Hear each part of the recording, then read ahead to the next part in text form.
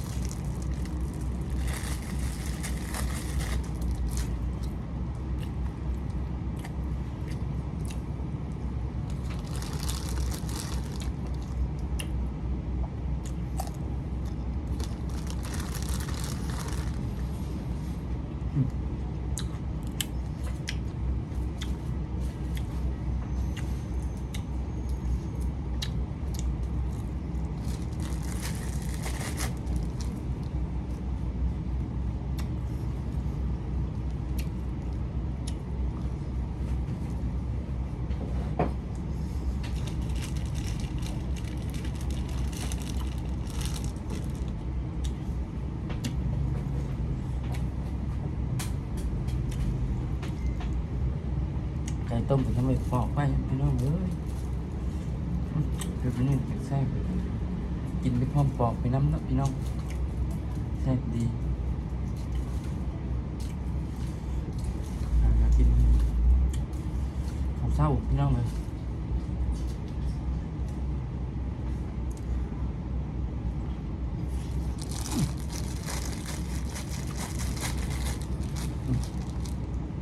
วางนะ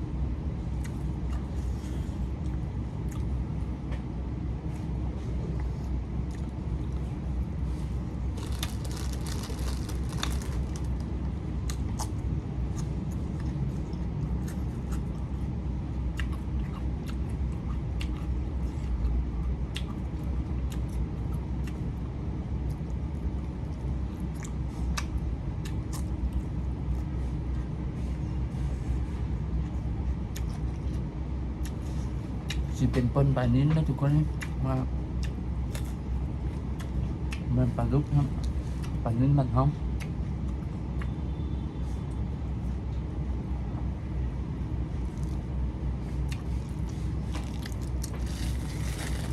นานๆกินที่นั่นจะแซ่บกันปนปลา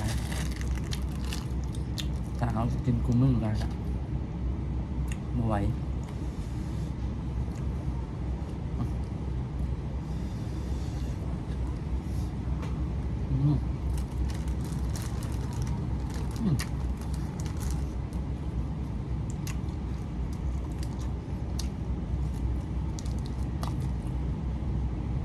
วิธีตรงไปไข่ต้ม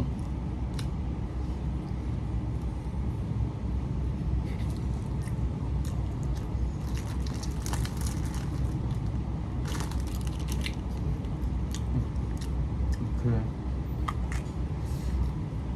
เอาอย่าแกงพี่น้องเกลือกันตีอ๋อมะเขือตีแซ่บ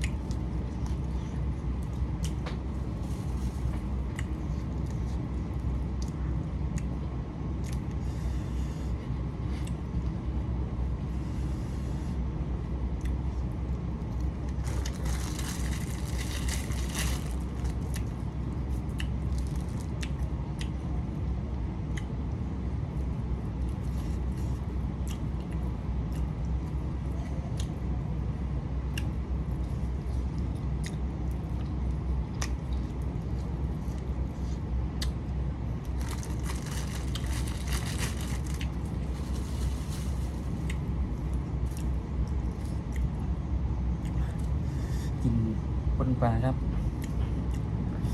ภาคเกษตรนี่เข้ากันคักนี่พี่น้องบ้านมาเป็นในช่องภาคเกษตรเพื่อนบ้านทุกคนในห้องพักยังไม่ไปในผู้กับคอมเมนต์บอกกันเด้อนี่คือห้องพักเกษตรคือจำหมดในบ้านมาเป็นห้องพักเกษตร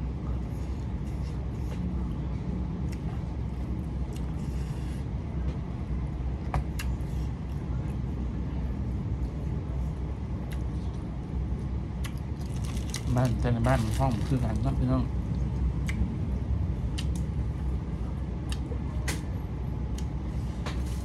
บางคนห้องพักกระถินบางคนก็ห้อง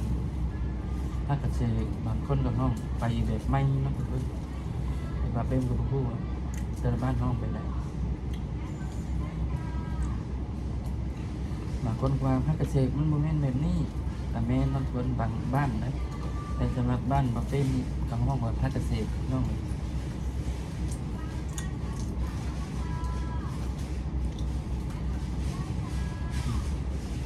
ออกใครกับงานคนนี้ติด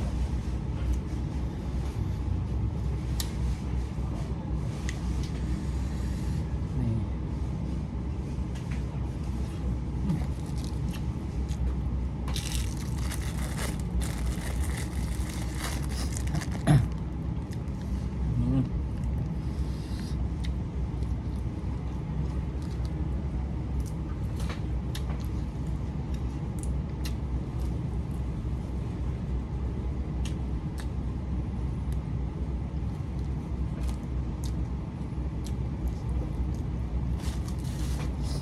อย่างนะหาอยู่ประเทศไทยกับข่าวชื่อเอิญนะปนเนาะพี่น้องปนปลาประเทศลาวกับของแก้วปลาพี่น้องมันก็แตกต่างกันเนาะเพิ่นแต่คือปลาห้องคือกันปลาลิ้นคือกัน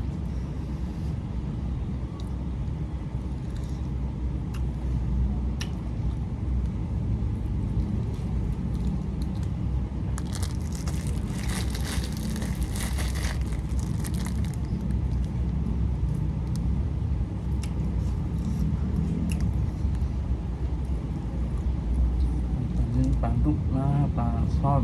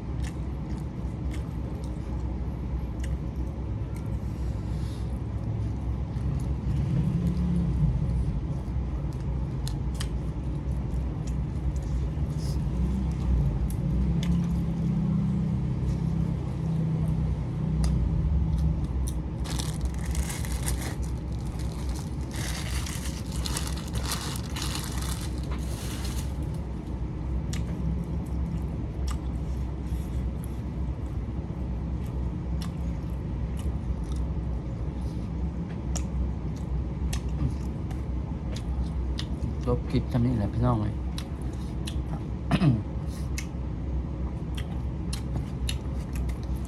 มันยังมันลายมันปนกับผมเบิ้ลก็อื่นกับกดไลค์กดแชร์เนอะพี่น้องฝากกดติดตามน้ำแหละกดกระลิ่งเพื่อการแจ้งเตือนรับคลิปมาเป็นต่อไปนะทุกคนสบายดีพี่น้อง